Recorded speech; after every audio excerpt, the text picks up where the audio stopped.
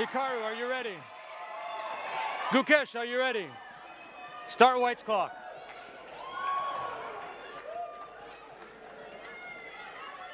The game that we have all been waiting for has finally started. E4 by Hikaru and CARO-KANN played by Gukesh. Robert, what an exciting match that we have to conclude this amazing event.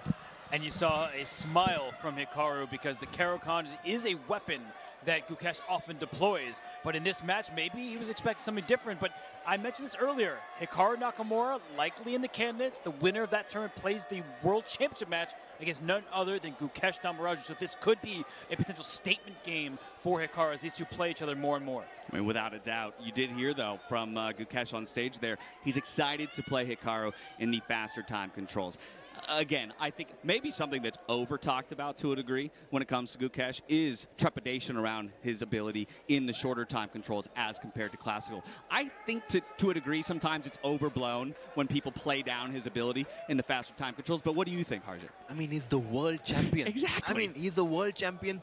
And, you know, because he's always in the limelight, one mistake that he makes always is going to be in the center of attention. But I think that this is a great stage for him to kind of, you know, not only just get experience, but also test himself against the best in the world. I mean, Hikaru Nakamura is the best fast time control players in the world. I think this is a great stage for Gukesh. How about that? Getting a glimpse of some of the young fans in the crowd. We were talking about earlier how we hope events like this will prove to inspire young future chess grandmasters, like maybe this young man in the audience right there.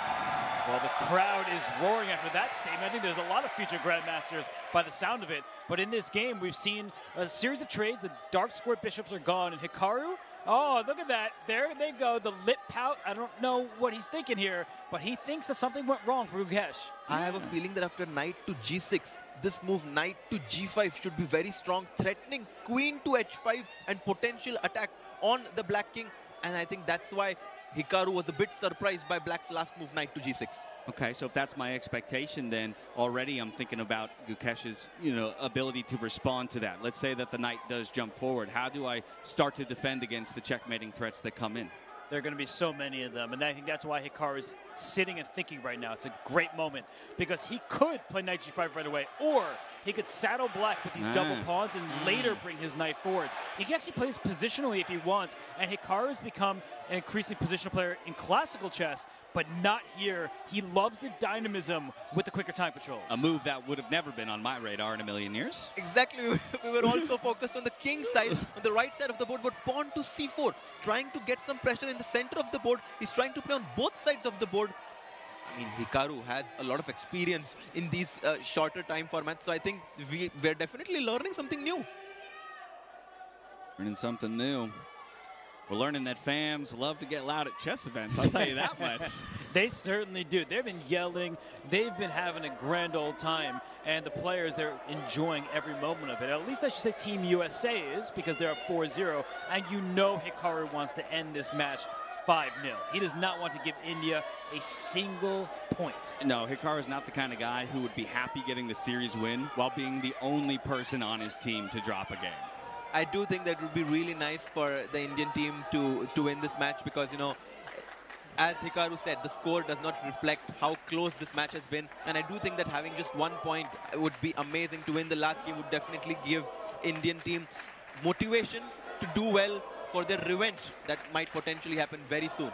Absolutely, agreed. We should also recognize just the fact that, you know, the Team USA has had the advantage of being on the white side of every single game. They are the home team to the away, and so in the next version of this event, where both of these teams are playing again, and Team India is the home team, they will also get the white side. So, you know, a small advantage as to be considered at the beginning of every game.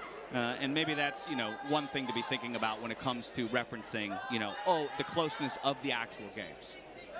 Exactly. I mean, even if you talk about the position right now, it's so close. I mean, Robert, what do you think? The queen goes to b8, the black bishop is on d7, but it does not.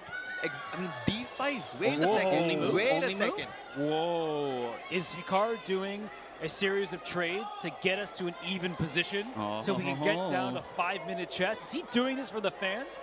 He very well might be.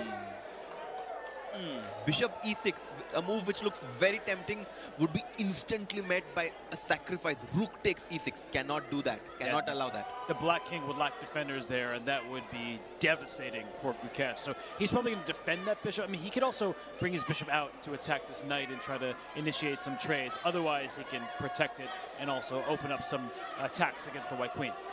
It would be interesting, Hikaru kind of winding this one to a draw. I mean, he should only feel more and more confident as the time controls get quicker. He is one of the best speed chess players in the world.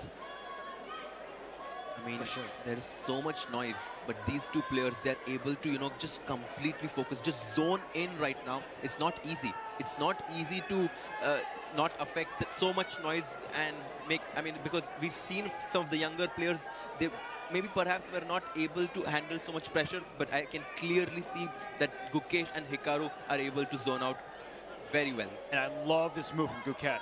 He brings his bishop out first, and why that's so critical is if Hikaru had a free turn, he would have brought his own queen over and tried to deliver a checkmate with knight and queen. So this move, bishop to g4, attacks that knight right away and says, I'm happy to trade your potentially aggressive piece. I need to get that off the board because the black king does not have many defenders. So the fewer the attackers, the better for Gukesh. Bishop to g4.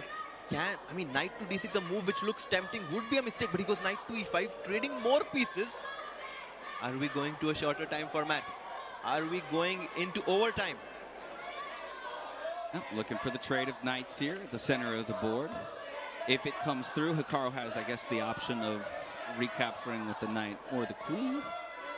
It's e5. I think he'll take back on e5 with the knight, hitting the bishop on g4. Then the queen.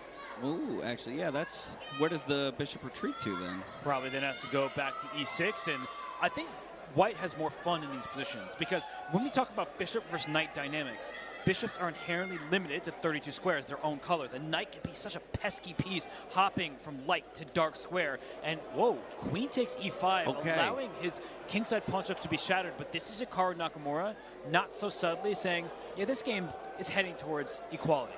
Yeah. Bam, bam. A flurry of pieces off the board. Now it's just 2 rooks apiece and 5 pawns. I have a feeling that this is not going to be the last game that we see today.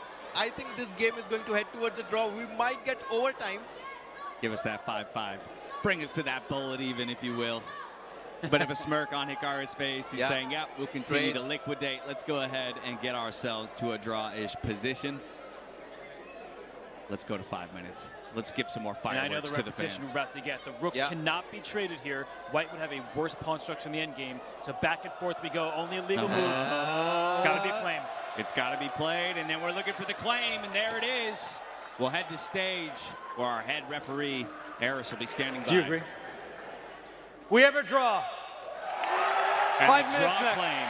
The draw claim is accepted. 5-minute game to come. And now again, a reminder, we go back